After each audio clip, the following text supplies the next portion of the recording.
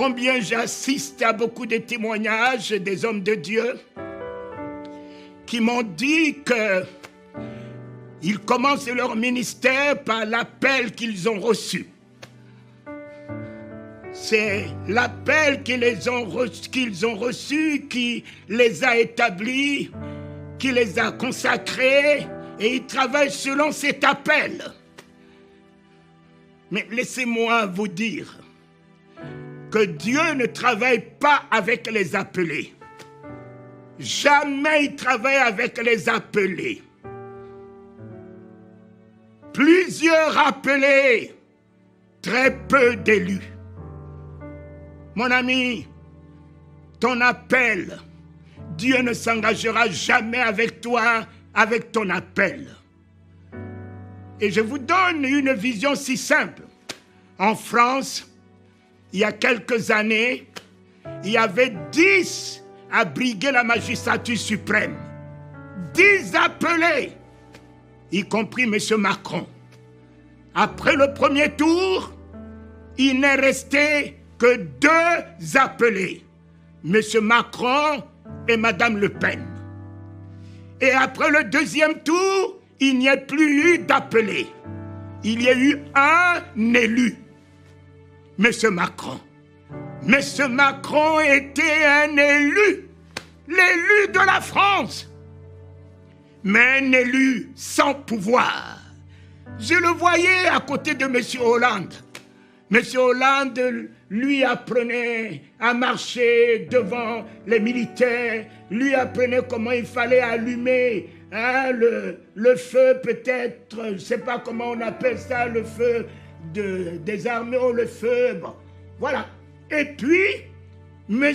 Hollande était là encore sur le trône, avec tout le pouvoir, même capable d'annuler les élections. Et M. Macron, l'élu, est resté 10 jours. Après 10 jours, M. Hollande sort de l'Élysée. M. Macron rentre. Et le président du Conseil constitutionnel reçoit l'élu des Français. Et en ce jour-là, il l'a intronisé. Il l'a investi. À partir d'aujourd'hui, j'entendais ce qu'il disait de M. Hollande. À partir d'aujourd'hui, Monsieur le Président, vous incarnez la France. À partir d'aujourd'hui, vous incarnez, Monsieur le Président, la France. C'est-à-dire que Monsieur Macron, quel que soit son âge, il est la France. La bouche de la France. La main de la France. Il est la France incarnée dans tout son pouvoir, dans toute sa souveraineté, dans toute sa grandeur. Monsieur Macron, l'élu, l'intronisé, l'investi. Ah, Seigneur, ce n'est plus un appelé, ce n'est plus un élu, mais c'est un investi, c'est un intronisé. Mon Père, Élisée a marché avec Élie. Quand il a vu Élie monter, il a reçu l'investiture. Jésus monte, il dit à ses apôtres, vous avez été appelés. Pierre, tu as été élu. Bien que tu as été élu, tu es arrivé même à me renier devant une pauvre femme. Parce que tu n'étais pas encore intronisé. Parce que tu n'étais pas encore investi. Papa, ils sont restés dans la chambre haute pendant 10 jours. 10 jours, le ciel s'est ouvert. L'intronisation de la droite de Dieu, de la puissance de Dieu, papa. L'intronisation de la nature de Dieu, l'intronisation de la nature de Dieu, feu et flamme, des langues de feu, descendues du ciel, ont investi ces hommes qui n'avaient pas de connaissance, qui n'avaient aucune instruction, qui n'avaient pas de vision, à qui même les démons résistaient, qui ne pouvaient pas ressusciter les morts et qui fuyaient devant des pauvres femmes. Mon ami, ils ont été investis, intronisés. Voilà toi qui dis, tu travailles avec ton appel. Ton appel, mon cher ami. Demain, il te dira qu'il ne te connaît pas. Quelle que soit la grande église que tu as pu construire, quel que soit l'hôtel que tu as pu bâtir, quel que soit tout ce que tu as pu faire en son nom, il te dira qu'il ne te connaît pas parce qu'il ne t'a pas investi, parce qu'il ne t'a pas lui-même intronisé, parce qu'il ne s'est pas incarné en toi. Oh Dieu, le troisième jour, il est important pour nous. Voici le troisième jour. Moi, j'avais eu 3 verbes. Quand il s'est révélé à moi, j'avais le premier verbe, notre Père qui es aux cieux. Je suis rentré dans la filiation. Notre Père. Le deuxième verbe, que ton nom soit sanctifié.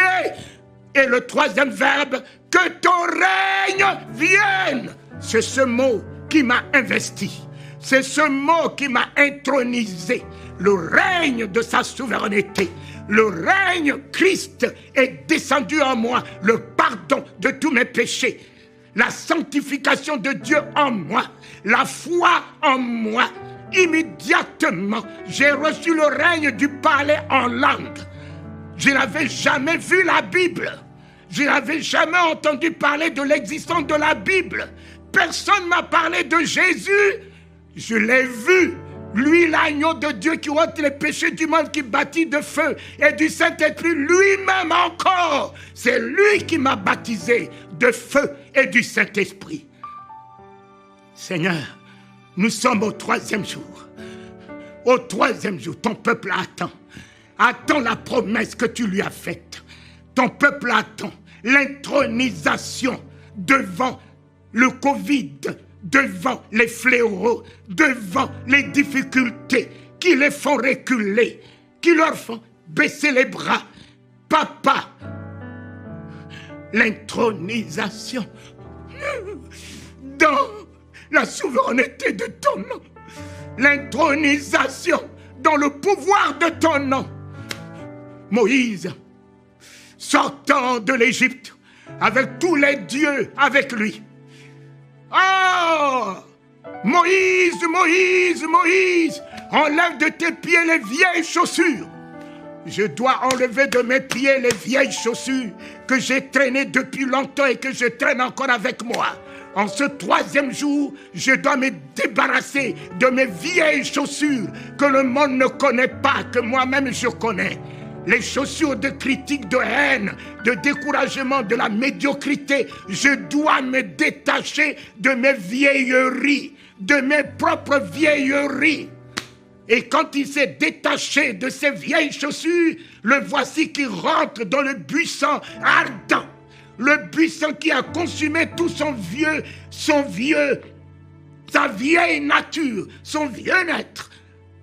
Alors, quand il est sorti de là, papa, consumé, régénéré, restauré, l'Éternel lui a dit, Moïse, j'ai vu la souffrance de mon peuple. J'ai vu mon église aujourd'hui dans le monde reculer devant Covid, comme si je n'avais pas tout pouvoir pour mon église, comme si je n'avais pas intronisé mon église. Moïse, je suis descendu en ce 3e jour dans la vie de mon fils. Jésus descend. L'Éternel descend dans ta vie. Laisse-moi ton titre d'apôtre. Laisse-moi ton titre de bishop. Laisse-moi ton titre de prophète. Il descend. Faire de toi faire de toi de sa locomotive. À partir d'aujourd'hui, tu diras comme Paul l'a dit, plus moi qui vis, c'est l'Éternel des armées qui vit en moi. C'est le Père de Jésus-Christ qui vit en moi. C'est le roi des rois, Jésus-Christ, qui tient la clé des morts et des séjours des morts qui vit en moi. C'est le Christ. C'est le Christ. C'est le Christ qui rentre en moi. Le Dieu de gloire fait son entrée en ce troisième jour en moi. Le Dieu de gloire. Alléluia. C'est pas la théologie. C'est pas la science des hommes. Ce n'est pas le titre des hommes. Le Dieu de gloire fait son entrée en moi en ce troisième jour. Qui est ce Dieu de gloire? Le Dieu des armées. Alléluia. Le Dieu des armées qui me donne la souveraineté, le triomphe. Moïse était Dieu devant Pharaon. Sa bouche était Dieu. Ses pieds étaient les pieds de Dieu. Ah, sa main était la main de Dieu. Mon ami, tout ce qui sortait de sa bouche ne revenait jamais, jamais sans effet. La seule chose que je tiens à vous dire, le péché et le plus grand péché, c'est l'ignorance. C'est l'ignorance qui est le plus grand péché. Seigneur, libère-moi ce soir et maintenant même de l'ignorance. De l'ignorance. Ignorer que je suis ton image, je vais vivre comme un médiocre. Ignorer que je suis ta ressemblance, je vais fuir devant les fourmis. Je vais fuir devant les cafards. Je vais fuir devant les mouches. Éternel. Éternel. Je vais avoir peur du cancer, des petites maladies, diabète. Éternel. Moïse, qu'est-ce que tu as en main? Moïse ne savait pas qu'il avait un bâton en main. Moïse, qu'est-ce que tu as en main? Pourquoi paniquer devant les serpents de Pharaon? S'ils ont jeté le bâton, toi aussi tu as un bâton. Jette ton bâton. Oh Éternel, ouvre mes yeux sur qui je suis en toi. Ouvre mes yeux, Papa, sur ce que je possède. Tu m'as donné Jésus éternel. Tu m'as donné le Saint-Esprit. Il m'a donné le pouvoir. Il m'a donné la puissance. Il m'a donné l'autorité. Il m'a tout donné. Comment la mort peut rire de moi? Comment la maladie peut me résister? Comment les situations ne peuvent pas changer devant moi? Non, Papa. Libère-moi de l'ignorance de savoir que je suis fait en toi et pour triompher. Je suis en toi, tu es en moi et pour dominer. Le bâton de Moïse n'était pas le bâton des miracles, car les sorciers peuvent faire les miracles, Satan peut faire des miracles, mais la seule personne qui fait des prodiges, c'est Dieu. Le bâton de Moïse était le bâton de prodige. Mes enfants, mes bien-aimés, notre bâton, la croix de l'agneau, je taille en pièces, je vous taille en pièces,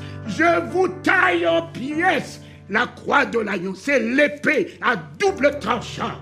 Oh, rien que l'éclat de la lame suffit pour que tes ennemis soient en débandade. La croix de l'agneau n'est-elle pas la croix? Mais prends là où c'est écrit roi des Juifs. Renverse jusqu'à ce niveau. Elle n'est plus une croix, elle devait une épée entre tes mains. On lui a donné un bois pour se moquer de lui. Il en a fait une épée pour l'Église. L'Église. Ah, ouvre tes yeux. Qu'est-ce que tu as en main? Prends là où c'est écrit roi. Tiens là où c'est écrit roi. Tu es roi en ce troisième jour. Tu es roi des miracles. Tu es roi des prodiges. Tu es roi de la délivrance. Tu es roi de la prospérité. Tu es roi de la vie. Tu es roi de tout miracle, de toute victoire. Alléluia. Alléluia. Tu es son royaume. Saint-Esprit, Saint-Esprit, Pierre t'a reçu. Nous te demandons, Jésus, tu as promis, ce n'est pas Covid qui nous fait peur. Nous n'attendons pas les fléaux, les difficultés, les guerres, les bruits de guerre. Nous attendons ta promesse. Tu as dit au temps de la fin, tu répandras de ton esprit sur toute chair. Tes serviteurs et tes servantes, seront comblés, seront remplis, c'est la plénitude. Ils relèveront les défis, ils guériront les malades, ils parleront de nouvelles langues. Ainsi, je te loue, Papa, parce que maintenant, ce 3e jour, de la même manière que je l'ai reçu de ta main, réponds ton esprit maintenant sur ton Église. Répands ton esprit, le Saint-Esprit, maintenant sur ton peuple, sur tes enfants. Investis-les de l'autorité de ton nom. Intronise-les dans le pouvoir de ton sang, bouclier, cuirasse contre toute contagion. Intronise-les dans ta nature de feu et flamme. Papa, qui consume les douleurs, qui consume les fléaux, qui consume les œuvres de Satan. Là où ils passent, ils sont feu et flamme. De leur bouche sortiront feu et flamme. Ils sont feu et flamme. Ils sont feu et flamme. Finis la timidité dans la prière. Finis la timidité dans le parler en langue. Finis le parler en langue des lèvres qui ne produisent rien. Le parler en langue d'autorité et de pouvoir commence à sortir de leur bouche. Éternel, je vomirai des langues de feu. Je vomirai. Allah de Gohowa, Bepad Gonokowa, Shei et de Lia de Bipa Wagako. Da Badat Lihawa. Ano Dilio Bepiwa de Shoi, Allah de Aloeya de Goleroua de Shei. 3e jour. Mes enfants, un chef d'État, un jour m'a reçu. Et ce chef d'État m'a donné un stylo. Un stylo de grande valeur. Et quand j'ai pris ce stylo, je suis arrivé à la maison. J'ai voulu écrire ce stylo de grande valeur à mes yeux. Il n'y avait pas d'encre. Il n'y avait pas d'encre dans ce stylo prestigieux. Ce stylo présidentiel, il n'y avait pas d'encre. Combien portent des titres ronflants? Ronflants, il n'y a pas d'encre. Combien portent des titres ronflants? Il n'y a pas d'encre. Éternel, j'ai pris 1 centime. J'ai donné à mon fils, va me chercher un stylo. Il est allé me chercher un stylo sans valeur, mais il y avait de l'encre dedans. Garde l'humilité que tu y as en ce 3e jour. Ne cherche pas à être un bishop, un archibishop. Garde l'humilité que ton Dieu t'a donnée. Il viendra faire sa demeure en toi, sa demeure, dans toute sa grandeur, sa souveraineté. Oh, alléluia, papa. L'encre est rentrée. L'encre est rentrée dans ce stylo de grande valeur. C'est l'encre qui fait la valeur de ce stylo. C'est cette encre. Permets maintenant que le Saint-Esprit, promis en ce temps de la fin, ne crains pas les guerres, ne crains pas les tremblements de terre, ne crains pas les fléaux. Ce n'est pas tout ça là qui fera, qui feront faire venir Jésus. Jésus ne peut pas créer des situations d'angoisse pour venir. Jésus viendra lorsque son Église revêtira toute la gloire, toute la puissance. Oh, lorsque son Église a une solution aux problèmes des nations, solution politique, solution économique, c'est là qu'il reviendra ravir son Église pour que quand son Église partira, le monde sera dans l'angoisse, le monde s'inquiétera, le monde pleurera, mais pas alors. Créez le désarroi, créez les tremblements de terre, créez les fléaux, et vous les prophètes vous dites, c'est la fin des temps. Non, c'est la fin de la méchanceté des hommes, c'est la fin de l'apostasie, mais le jour de l'Éternel commence à se lever, où son Église va rentrer dans une nouvelle dimension de la souveraineté de son nom pour établir son règne sur la terre. Les rois marcheront à la clarté de l'Église. Les rois et les princes se prosterneront devant Papa, la puissance du nom de Jésus-Christ. Son Église sera sans ni ride de gloire, revêtant la gloire, la magnificence, l'autorité. Son Église et sera effectivement la lumière. Son Église sera effectivement le sel. Son Église sera effectivement le vaccin contre le Covid, les maladies incurables. Son Église taillera le cancer. Son Église taillera le diabète. Son Église sera l'Église solution, l'Église orientation, l'Église de révélation. Et quand cette Église sera enlevée, le monde pleurera. Pleurera son Église de Papa. C'est ton Église cet après-midi. Par le Saint-Esprit, les actes des apôtres vont commencer dans une nouvelle dimension en ce 3e jour. Les actes des apôtres vont commencer dans une nouvelle dimension en ce 3e jour. Affermis-toi, homme de Dieu. Tu vas remettre la farine dans le pot.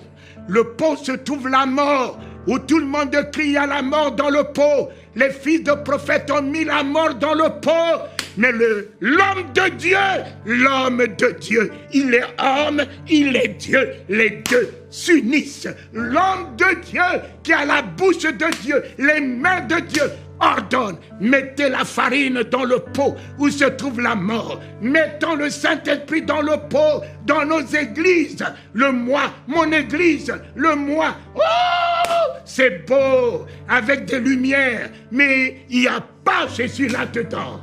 Il n'y a pas Jésus là-dedans. Et Marthe disait, si tu étais ici, la maladie ne s'instaurera pas là. Les soucis ne s'instaureront pas là. Maintenant que tu es là dans ce pot. La vie revient dans ce pot. Recevez le Saint-Esprit. Le Saint-Esprit n'est pas le parler en langue, c'est une vie. Le Saint-Esprit n'est pas que le parler en langue, c'est un comportement. Le Saint-Esprit n'est pas que le parler en langue, c'est un état d'âme. C'est un état d'esprit. Le Saint-Esprit n'est pas que le parler en langue, c'est un nouveau langage. Le langage du surnaturel. C'est une nouvelle vision. La vision du triomphe. La vision d'en haut. Le Saint-Esprit, c'est l'amour en toi. Le Saint-Esprit, c'est la grâce en toi. C'est la miséricorde en toi. Le Saint-Esprit, c'est la victoire du royaume en toi. Le Saint-Esprit, c'est le royaume. Tu es royaume de Dieu par le Saint-Esprit. Et tu es sacrificateur. Et maintenant, en lui et par lui, tu règnes sur la terre. Et tu fais régner le nom de Jésus en miracle, en prodige, en signe sur la terre. Ah! Papa, merci infiniment. Merci, je ferai de plus grand que ce que tu as fait. Cela commence. Cela commence pour que ta parole demeure à jamais la vérité au travers de ma vie en ce 3e jour. Alléluia! Alléluia! Tout va bien. En ce 3e jour, le Saint-Esprit est là. Tout va bien. Victoire!